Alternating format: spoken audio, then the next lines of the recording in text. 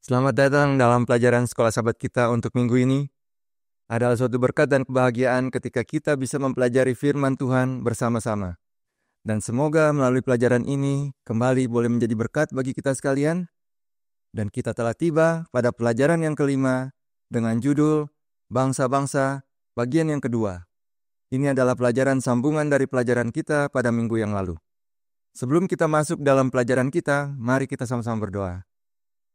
Tuhan Bapa kami dalam surga, kami datang kepadamu Tuhan, memohon berkat Tuhan menjadi bagian kami ketika kami mempelajari firman Tuhan melalui pelajaran Sekolah Sahabat ini. Tuhan menerangi hati kami, Roh Suci Tuhan memberikan inspirasi supaya kami boleh mengerti akan maksud dan rencana Tuhan melalui pelajaran ini. Berkati penonton yang menyaksikan program ini dimanapun mereka berada, Tuhan juga kiranya menerangi hati mereka dan kami semua dengan Roh Suci-Mu melalui firman yang akan kami dengarkan. Dalam nama Tuhan Yesus kami berdoa, amin. Sekali lagi pelajaran kita adalah pelajaran yang kelima dengan judul Bangsa-Bangsa bagian yang kedua. Dengan ayat hafalan yang berasal dari Mazmur pasal 46 ayat yang ke-11. Diamlah dan ketahuilah bahwa akulah Allah. Aku ditinggikan di antara bangsa-bangsa, ditinggikan di bumi. Nah, apakah orang tahu bahwa Allah adalah Allah? Apakah orang tahu bahwa Allah itu ada? Dalam dunia ini ketika banyak orang diliputi rasa cemas dan gelisah, ayat yang baru saja kita baca di dalam Mazmur pasal 46 ayat 11 memberikan satu jaminan bahwa Tuhan sesungguhnya ada dan Tuhan masih memegang kendali.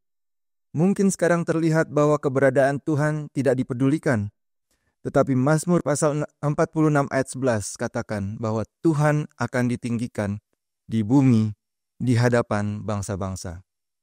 Pelajaran kita kembali lagi berjudul Bangsa-Bangsa, bagian yang kedua. Mari kita lihat apa yang Tuhan ingin ajarkan kepada kita melalui pelajaran ini. Hari Minggu berjudul Perintah Paling Pertama. Beberapa orang mengatakan bahwa perintah ataupun hukum Tuhan baru ada di Keluaran pasal yang ke-20. Dan lebih jauh lagi orang katakan bahwa perintah ataupun hukum Allah telah dipakukan di kayu salib ketika Yesus mati untuk menggenapi hukum Tuhan. Akan tetapi mari kita pelajari apakah benar perintah Tuhan atau hukum Tuhan baru ada mulai sejak di Bukit Sinai atau di Keluaran pasal yang ke-20. Kita lihat di dalam Kejadian pasal 2 ayat 16 dan 17. Lalu Tuhan Allah memberi perintah kepada manusia, semua pohon dalam taman ini boleh kau makan buahnya dengan bebas, tetapi pohon pengetahuan tentang yang baik dan yang jahat itu janganlah kau makan buahnya, sebab pada hari engkau memakannya, pastilah engkau mati. Jadi kita lihat sudah ada perintah Tuhan di buku Kejadian. Dan mengapa Tuhan memberikan perintah ini? Untuk menunjukkan otoritas. Orang yang diberikan perintah tunduk kepada orang yang memberikan perintah. Orang yang memberikan perintah adalah yang menetapkan aturan. Dan dalam hal ini Tuhan memberikan perintah kepada manusia. Ini berarti Tuhan memiliki otoritas atas manusia. Manusia tunduk kepada Tuhan. Manusia bukanlah Tuhan. Manusia tidak memerintah dirinya sendiri. Tetapi manusia tunduk kepada Tuhan karena Tuhan menciptakan manusia. Di sekeliling kita melihat orang menolak pengetahuan tentang Tuhan. Orang menolak keberadaan Tuhan. Oleh karena orang ingin menjadi Tuhan atas diri mereka sendiri. Mari kita lihat apa yang Alkitab katakan di dalam Roma pasal 9 ayat 20 dan 21. Siapakah kamu hai manusia, maka kamu membantah Allah. Dapatkah yang dibentuk berkata kepada yang membentuknya, mengapakah engkau membentuk aku demikian? Apakah tukang periuk tidak mempunyai hak atas tanah liatnya untuk membuat dari gumpal yang sama suatu benda yang untuk dipakai guna tujuan yang mulia dan suatu benda lain untuk dipakai guna tujuan yang biasa? Nah, ayat-ayat ini menempatkan kita kepada perspektif yang sesungguhnya, mengingatkan mengenai siapa yang memiliki otoritas, siapa yang berkuasa. Dan oleh karena itu juga Yesaya katakan di dalam Yesaya pasal 29 ayat 16. Betapa kamu memutarbalikkan segala sesuatu. Apakah tanah liat dapat dianggap sama seperti tukang periuk, sehingga apa yang dibuat dapat berkata tentang yang membuatnya, bukan dia yang membentuk aku, yang membuat aku. Dan apa yang dibentuk berkata tentang yang membentuknya, ia tidak tahu apa-apa. Jadi ketika orang menolak keberadaan Allah dan ingin untuk menjadi Tuhan atas dirinya sendiri, orang tersebut sedang memutarbalikkan keadaan. Perhatikan apa yang Roh Nubuat katakan di dalam Para Nabi dan Bapa, halaman 43, paragraf yang ketiga. Pohon pengetahuan baik dan jahat telah dijadikan sebagai satu ujian penurutan, serta kasih mereka kepada Tuhan. Tuhan telah melihat bahwa tepatlah untuk menghadapkan kepada mereka hanya satu larangan saja terhadap penggunaan segala sesuatu yang ada di dalam taman itu. Tetapi jikalau mereka melanggar kehendaknya di dalam hal yang tertentu ini, mereka akan mendatangkan ke atas diri mereka kesalahan daripada pelanggaran itu. Kalau kita pikir mungkin ini hanyalah sesuatu yang kecil, hanya perkara makan buah saja. Tetapi lebih dari sekedar perkara makan buah, ini adalah masalah penurutan.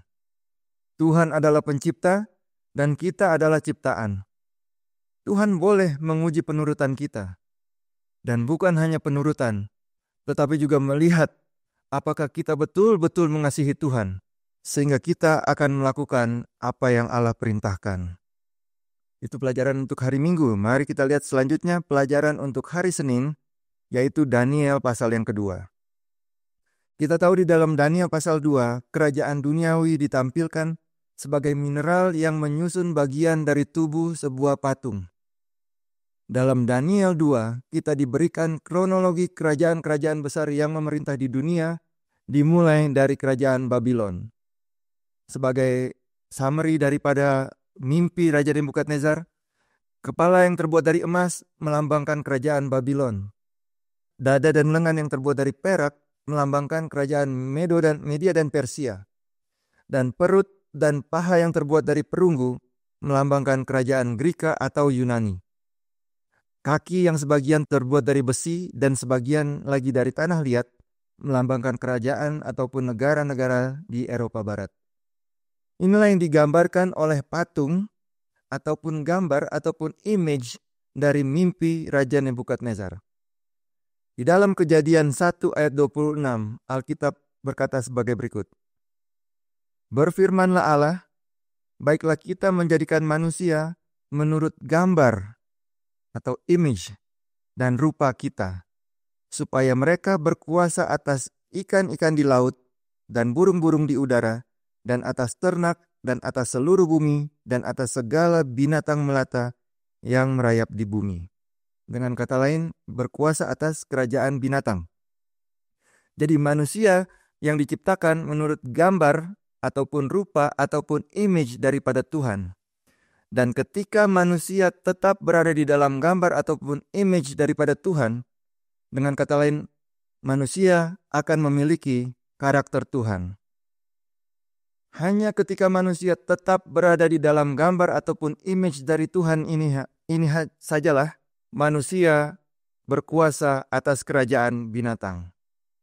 Akan tetapi kita tahu manusia jatuh ke dalam dosa, sehingga kemudian manusia kehilangan gambar ataupun rupa ataupun image daripada Tuhan.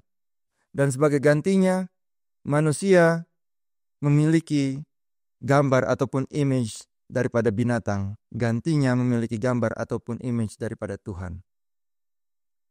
Kita tahu di dalam kitab Wahyu, Alkitab katakan mengenai gambar ataupun image daripada patung binatang. Mari kita lihat Wahyu pasal 13 ayat 14. Ia menyesatkan mereka yang diam di bumi dengan tanda-tanda yang telah diberikan kepadanya untuk dilakukannya di depan mata binatang itu. Dan ia menyuruh mereka yang diam di bumi supaya mereka mendirikan patung, image, untuk menghormati binatang yang luka oleh pedang, namun yang tetap hidup itu. Dan kepadanya diberikan kuasa untuk memberikan nyawa kepada patung ataupun image binatang itu, sehingga patung binatang itu berbicara juga dan bertindak begitu rupa, sehingga semua orang yang tidak menyembah patung binatang itu dibunuh. Apa hubungannya antara image mimpi Nebukadnezar dengan manusia diciptakan di dalam image Allah dengan patung binatang, image binatang yang dikatakan di dalam buku Wahyu pasal 13 ini? Kita tahu bahwa ayat-ayat di dalam Wahyu pasal 13 ini berbicara mengenai masa kesukaran yang menandai peristiwa-peristiwa akhir zaman. Tahukah Anda bahwa banyak orang katakan, saya berharap Tuhan akan mengizinkan saya beristirahat daripada menghadapi masa kesukaran sebelum kedatangan Tuhan Yesus. Akan tetapi Alkitab menunjukkan bahwa jika kita berkuasa atas sifat-sifat binatang di dalam diri kita, dengan kata lain, jika kita telah mengalahkan dosa-dosa dalam diri kita, maka kita tidak perlu khawatir terhadap patung binatang ataupun image daripada binatang itu, tanda daripada binatang itu yang merupakan Sunday law ataupun masa kesukaran yang akan terjadi di hadapan kita. Kita lihat apa yang dikatakan di Alkitab di dalam Roma pasal 16 ayat 13 dan 14. Dan janganlah kamu menyerahkan anggota-anggota tubuhmu kepada dosa untuk dipakai sebagai senjata kelaliman, tetapi serahkanlah dirimu kepada Allah sebagai orang-orang yang dahulu mati, tetapi yang sekarang hidup. Dan serahkanlah anggota-anggota tubuhmu kepada Allah untuk menjadi senjata-senjata kebenaran. Sebab kamu tidak akan dikuasai lagi oleh dosa, karena kamu tidak berada di bawah hukum Taurat, tetapi di bawah kasih karunia. Jadi ketika kita telah mengalahkan setiap dosa dalam hidup kita, setiap dosa-dosa kesayangan kita, dengan kata lain kita telah berhenti berbuat dosa, maka Alkitab katakan kita telah berpindah dari kematian menjadi hidup yang baru. Sehingga kita tidak perlu khawatir terhadap tanda ataupun image ataupun patung binatang itu yang merupakan Sunday law. Dan kita transisi sekarang kepada pelajaran hari Selasa yang berjudul Daniel pasal 7. Daniel pasal 2 dan Daniel pasal 7 sesungguhnya berbicara tentang kerajaan yang sama, kronologi yang sama, nubuatan yang sama. Kerajaan-kerajaan dunia yang digambarkan dalam Daniel 2 sebagai mineral, di dalam Daniel pasal 7 mereka digambarkan sebagai binatang. Salah satu prinsip penafsiran nubuatan adalah repeat and enlarge. Nubuatan dalam satu perikop diulang di bagian lain di dalam Alkitab, tetapi dengan keterangan tambahan. Kita ingin lihat sekarang apakah ada keterangan di dalam Daniel 7 yang tidak ditemukan di dalam Daniel pasal yang kedua. Mari kita lihat kembali.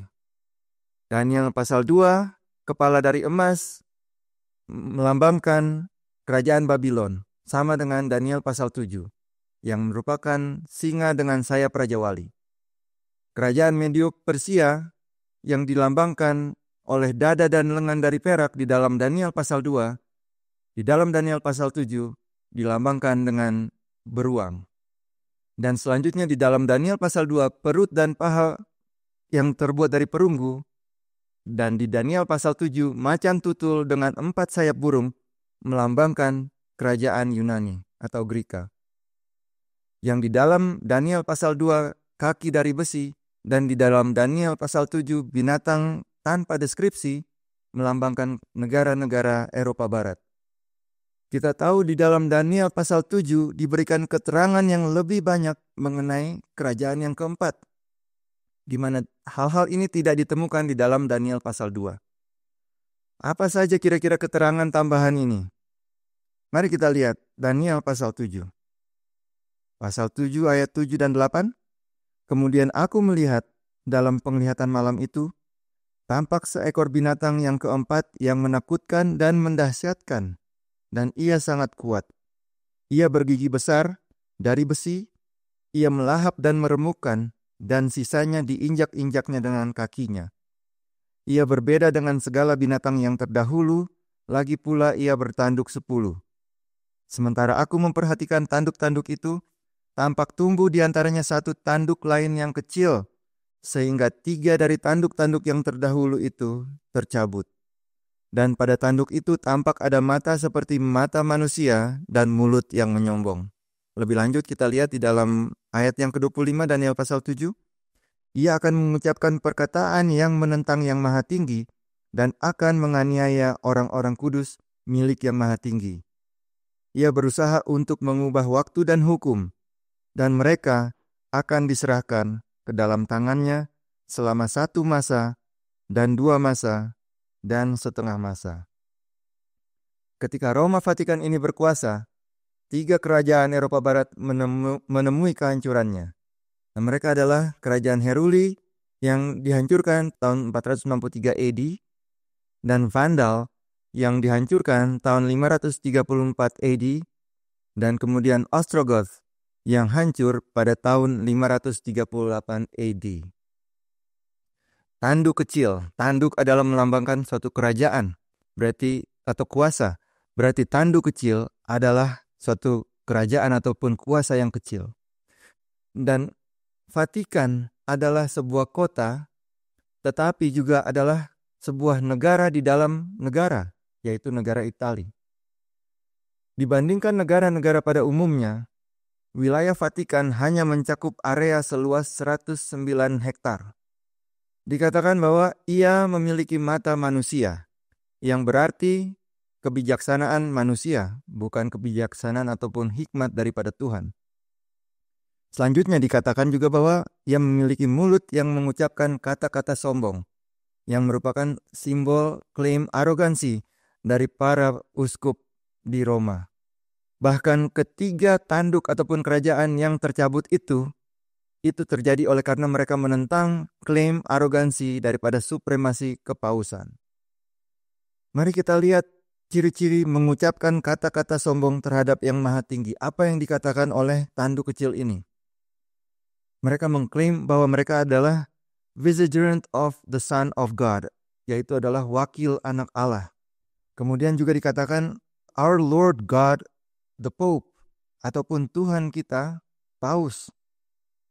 Dikatakan juga mengenai Paus ini bahwa dia adalah another God upon earth, atau Tuhan lain di bumi. Seorang bernama yang merupakan Paus Nikolas, berkata kepada Kaisar Michael, dikatakan sebagai berikut. Paus yang disebut Tuhan oleh Konstantin tidak akan pernah dapat diikat atau dibebaskan oleh manusia, karena Allah tidak dapat dihakimi oleh manusia. Bayangkan kata-kata sombong yang diucapkan terhadap Allah. Kemudian ada seorang bishop dari Venesia berkata kepada Paus sebagai berikut. Engkau adalah gembala kami, tabib kami. Singkatnya, engkau adalah Tuhan yang kedua di bumi. Dia mengatakan bahwa Paus adalah Tuhan yang kedua di bumi. Kemudian ciri-ciri selanjutnya dari tanduk kecil ini, dia menganiaya orang-orang kudus dari Yang Maha Tinggi. Data-data menunjukkan, sejarah menunjukkan ada jutaan orang Waldensia yang dibunuh di Prancis. Ada sekitar 900.000 orang Kristen Ortodoks dibunuh dalam waktu kurang dari 30 tahun. Kemudian Inquisition ataupun Inkuisisi, di mana orang dibinasakan dengan berbagai cara penyiksaan. Ada 150.000 orang binasa dalam waktu 30 tahun. Kalau ada satu kuasa yang dapat menganiaya orang-orang kudus Yang Maha Tinggi, yang dapat menyingkirkan mereka dari atas bumi, kuasa itu adalah kuasa penganiaya dari kepausan Roma.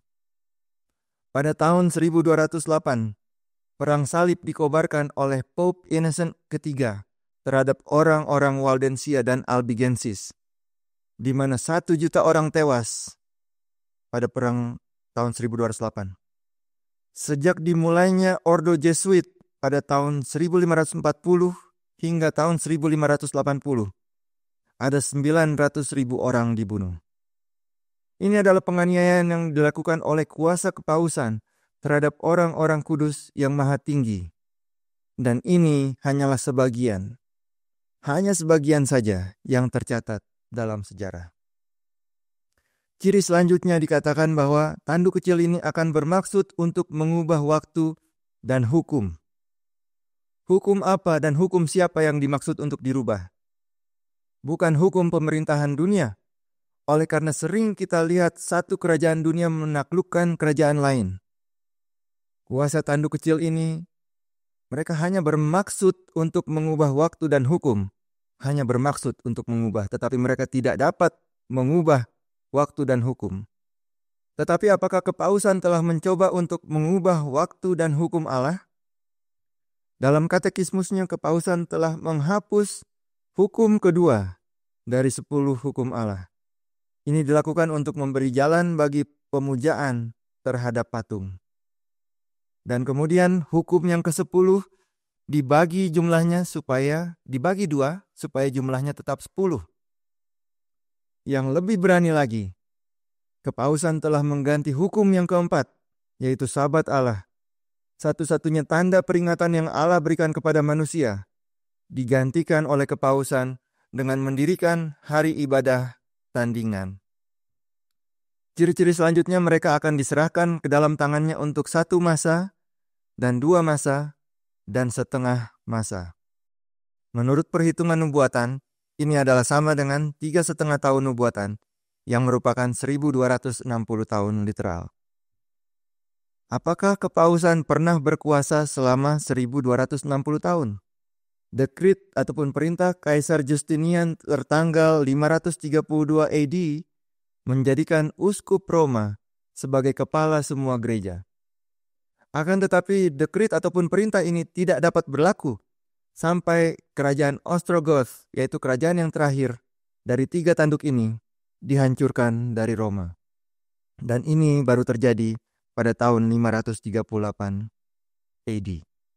Sejak itu, apakah kepausan memegang supremasi kekuasaan selama 1260 tahun?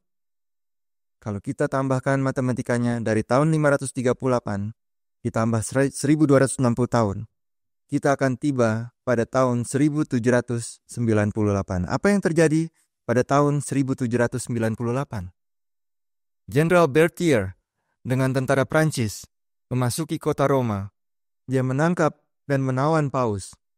Paus Pius yang ke-6 kemudian meninggal di dalam pengasingan di Valence di Prancis pada tanggal 29 Agustus 1799. Dengan demikian, sekali lagi kuasa tanduk kecil ini menggenapi nubuatan.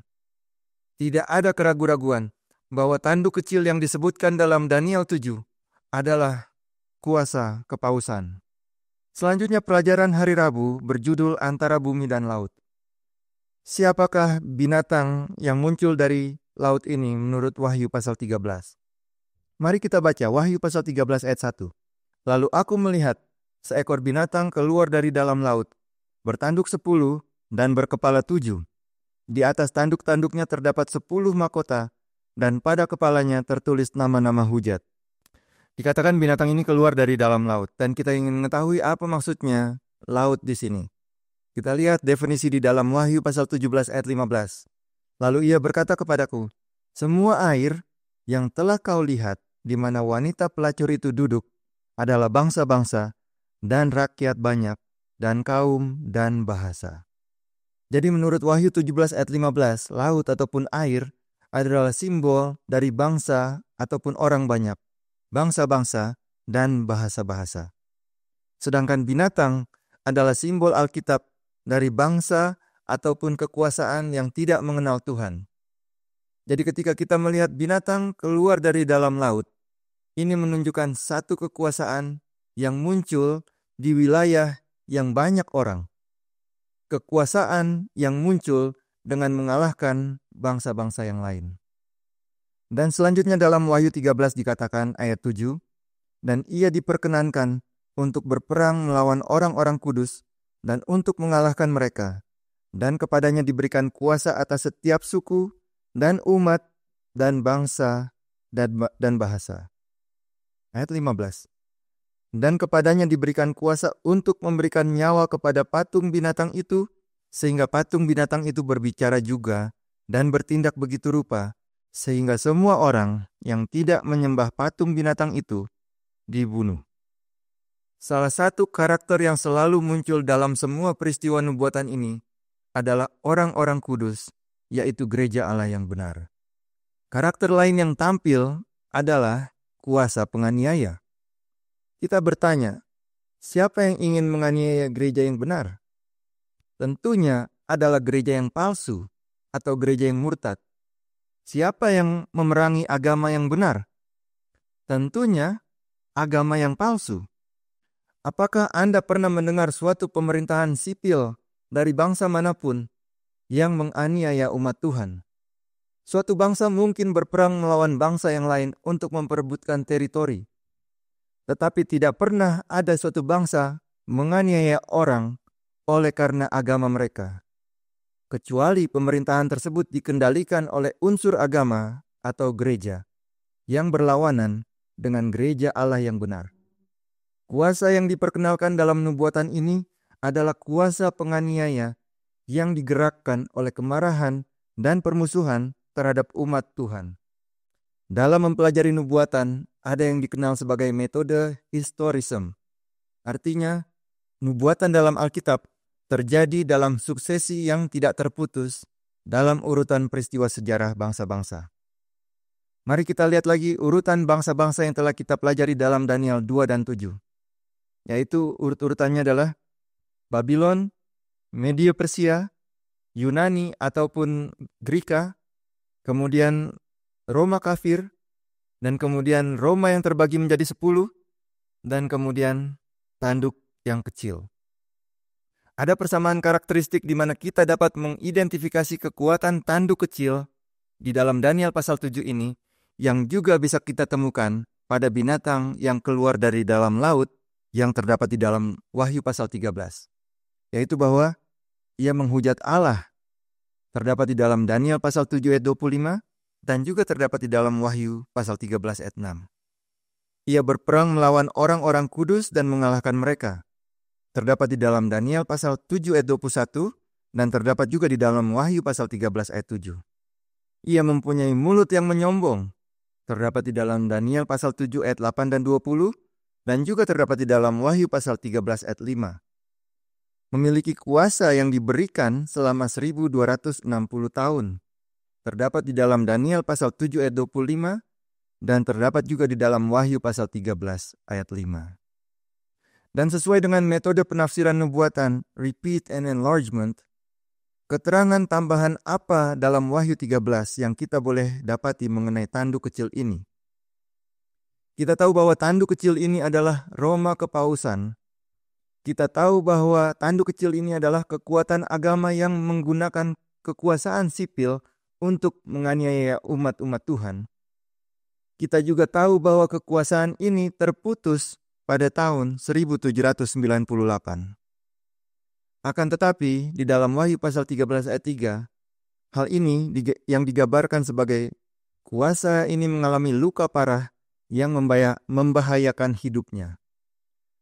Dalam ayat yang sama, kita diberikan detail yang lain. Bahwa luka parah itu akan sembuh, dan bahwa dunia akan heran dan mengikuti binatang ini. Apa artinya luka mematikan itu akan sembuh? Apakah kepausan masih merupakan kekuasaan yang menganiaya pada saat ini? Sekarang, kepausan tidak menganiaya. Akan tetapi ketika lukanya sembuh, kepausan kembali lagi akan melakukan penganiayaan terhadap umat Tuhan. Mari kita lihat sebuah kutipan di dalam tulisan Roh Nubuat dari buku Kemenangan Akhir, halaman 600, paragraf yang kedua. Kepausan adalah apa yang dinyatakan oleh nubuatan yang menjadi kemurtatan pada akhir zaman. Adalah menjadi bagian dari kebijakannya untuk memakai tabiat yang membantu mencapai tujuannya. Tetapi di balik penampilannya yang berubah-ubah bagaikan bunglon itu, ia menyembunyikan bisa ular yang tidak berubah-ubah. Di dalam buku yang sama halaman 611 paragraf 1, firman Allah telah memberikan amaran mengenai bahaya yang segera akan terjadi. Jika hal ini tidak diindahkan, maka dunia Protestan akan mengetahui apa tujuan Roma yang sebenarnya pada waktu yang sudah terlambat untuk melepaskan diri dari jeratnya. Secara diam-diam ia sedang bertumbuh dalam kekuasaan. Doktrin-doktrinnya sedang menggunakan pengaruh-pengaruhnya di ruang legislatif, di gereja-gereja, dan di dalam hati manusia. Ia sedang mendirikan bangunan-bangunannya yang tinggi dan besar, di mana penganiayaan-penganiayaan yang dahulu sudah terhenti, akan diulangi. Ia menambah kekuatannya secara diam-diam dan tidak mencurigakan untuk mencapai tujuannya, bila mana waktunya tiba untuk bertindak. Yang diinginkannya ialah tempat berpijak yang menguntungkan, dan ini sedang diberikan kepadanya. Kita segera akan melihat dan merasakan apa tujuan unsur-unsur Roma itu. Barang siapa yang percaya dan menuruti firman Allah akan mengalami celaan dan penganiayaan. Selanjutnya bagaimana dengan binatang yang keluar dari bumi? Kita lihat kutipan dari buku yang sama halaman 460 paragraf yang kedua. Akan tetapi binatang bertanduk seperti domba tampak keluar dari dalam bumi. Gantinya menggulingkan kekuasaan-kekuasaan lain untuk mendirikan kekuasaannya sendiri. Maka bangsa yang dilambangkan di sini harus muncul di suatu wilayah yang sebelumnya belum diduduki, dan bertumbuh pelan-pelan dan dengan damai. Dia tidak muncul di antara bangsa-bangsa yang padat dan yang berjuang di dunia lama, yang dimaksud adalah Eropa, tempat laut yang bergelora, bangsa-bangsa dan rakyat banyak, dan kaum dan bahasa. Itu harus dicari di benua sebelah barat. Kemudian paragraf selanjutnya, bangsa dari dunia baru, yaitu Amerika. Bangsa dari dunia baru manakah yang bangkit pada tahun 1798, menjadi berkuasa, yang menjanjikan kekuatan dan kebesaran, dan yang menarik perhatian dunia. Penerapan lambang ini tidak menimbulkan pertanyaan. Satu bangsa, dan hanya satu-satunya yang memenuhi spesifikasi nubuatan ini. Tanpa diragukan, lambang itu menunjuk kepada Amerika Serikat. Dan bertanduk dua sama seperti anak domba. Tanduk-tanduk seperti tanduk anak domba itu menyatakan kemudaan, tidak bersalah, kelemah lembutan, dengan tepat melambangkan tabiat Amerika Serikat ketika ditunjukkan kepada nabi itu sebagai yang keluar di tahun 1798. Di antara orang-orang Kristen yang pertama melarikan diri ke Amerika dan mencari suaka dari penindasan kerajaan dan imam-imam yang tidak bertenggang rasa, banyak yang ikut memutuskan untuk mendirikan sebuah pemerintahan atas dasar kebebasan sipil dan agama. Pandangan-pandangan mereka mendapat tempat dalam The Declaration of Independence yang mengetengahkan kebenaran agung bahwa semua manusia diciptakan sama dan dianugerahi dengan hak yang tidak bisa dicabut bagi kehidupan, kebebasan, dan usaha untuk mengejar kebahagiaan. Dan konstitusi menjamin semua warga negara berhak menentukan pemerintahan sendiri melalui perwakilan yang dipilih secara bebas untuk membuat dan menjalankan undang-undang. Kebebasan menganut agama atau kepercayaan juga dijamin sehingga setiap orang diizinkan menyembah Allah sesuai dengan dorongan hati nuraninya. Republikanisme, atau kita kenal dengan state without a king, dan Protestantisme, atau kita kenal dengan church without a pope, menjadi prinsip fundamental bangsa itu. Prinsip-prinsip ini adalah rahasia kekuatan dan kemakmurannya. Jadi yang menjadi rahasia kekuatan dan kebesaran Amerika bukan karena pembayar pajaknya yang kaya-kaya, akan tetapi karena Amerika ini menganut prinsip pemisahan antara gereja dengan pemerintahan sipil. Binatang yang keluar dari dalam bumi ini tidak lain adalah Amerika Serikat, dengan prinsip kebebasan beragama yang dijamin oleh undang-undang. Tetapi akan datang waktunya di mana kebebasan beragama ini tidak akan lagi berlaku. Amerika akan menjalankan agenda kepausan untuk memaksakan hari ibadah tandingan dengan konsekuensi kematian bagi yang tidak menerimanya. Selanjutnya pelajaran hari Kamis dengan judul Bernubuat Lagi. Kita lihat ayat di dalam Wahyu pasal 10, ayat 1 dan 2. Dan aku melihat seorang malaikat lain yang kuat turun dari surga, berselubungkan awan, dan pelangi ada di atas kepalanya, dan mukanya sama seperti matahari, dan kakinya bagaikan tiang api. Dalam tangannya ia memegang sebuah gulungan kitab kecil yang terbuka. Ia menginjakkan kaki kanannya di atas laut, dan kaki kirinya di atas bumi. Kita tahu bahwa Wahyu dan Daniel berjalan secara paralel. Apakah Anda ingat apa yang Daniel katakan tentang sebuah kitab yang terdapat di dalam Daniel pasal 12? Daniel pasal 12 ayat 4.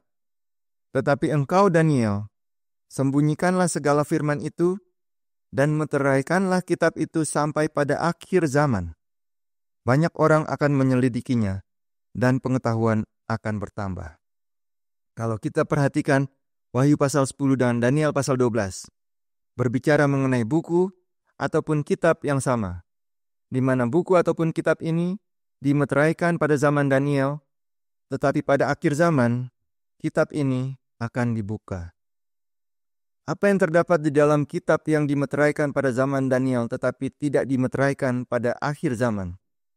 Yang terdapat di situ adalah kitab Daniel sendiri, khususnya bagian yang berisi mengenai nubuatan 2300 hari atau 2300 pagi dan petang. Bagian yang berbicara mengenai saat penghakiman Allah. Salah satu orang yang mempelajari nubuatan ini adalah William Miller yang memulai Millerite Movement. Dia mengajarkan bahwa Yesus akan datang pada tahun 1844. Hanya kemudian untuk bertemu dengan kekecewaan oleh karena Yesus tidak juga datang pada tahun 1844. Tetapi Yesus sesungguhnya memulai pelayanannya di bilik yang maha suci di surga. Mari kita baca selanjutnya Wahyu pasal 10 ayat 9 dan 10. Lalu aku pergi kepada malaikat itu dan meminta kepadanya supaya ia memberikan gulungan kitab itu kepadaku. Katanya kepadaku, ambillah dan makanlah dia. Ia akan membuat perutmu terasa pahit, tetapi di dalam mulutmu ia akan terasa manis seperti madu. Lalu aku mengambil kitab itu dari tangan malaikat itu dan memakannya.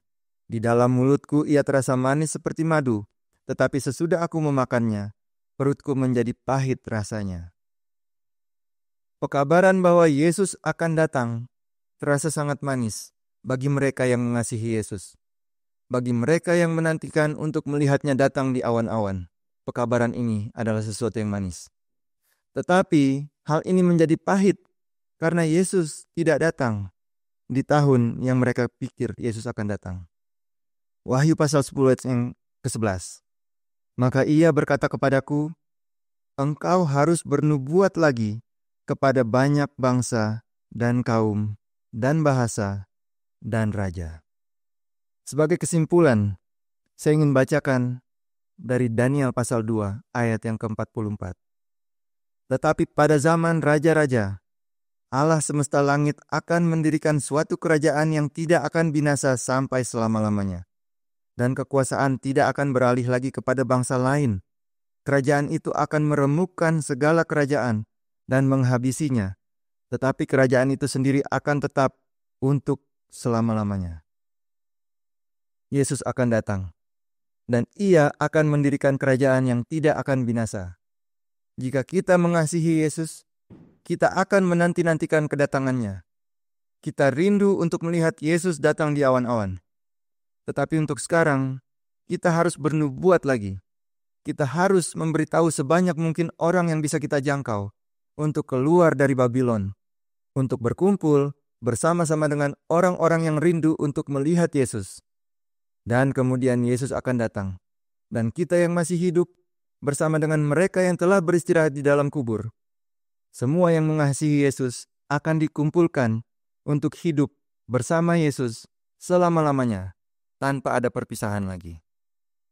Inilah pelajaran untuk minggu ini. Semoga firman Tuhan menjadi pegangan kita, menjadi kekuatan kita untuk mempersiapkan hidup kita yang sedang menantikan kedatangan Tuhan Yesus. Mari kita tutup dengan berdoa. Tuhan Bapa kami dalam surga, terima kasih ya Tuhan atas firman Tuhan yang telah kami dengarkan. Biarlah ini boleh menjadi kekuatan bagi kami untuk menjadi pegangan kami yang sedang menantikan kedatangan Yesus yang kedua kali. Dan biarlah kami boleh hidup hanya oleh firman yang keluar dari mulut Tuhan. Bapa dalam surga, berkati kami semua, berkati penonton-penonton yang menyaksikan pelajaran ini di mana saja berada. Biarlah berkat Tuhan menjadi bagian kami semua. Terima kasih Tuhan, dalam nama Tuhan Yesus kami berdoa. Amin. Terima kasih sudah bergabung dengan kami. Sampai bertemu kembali dalam pelajaran minggu yang akan datang. Tuhan memberkati.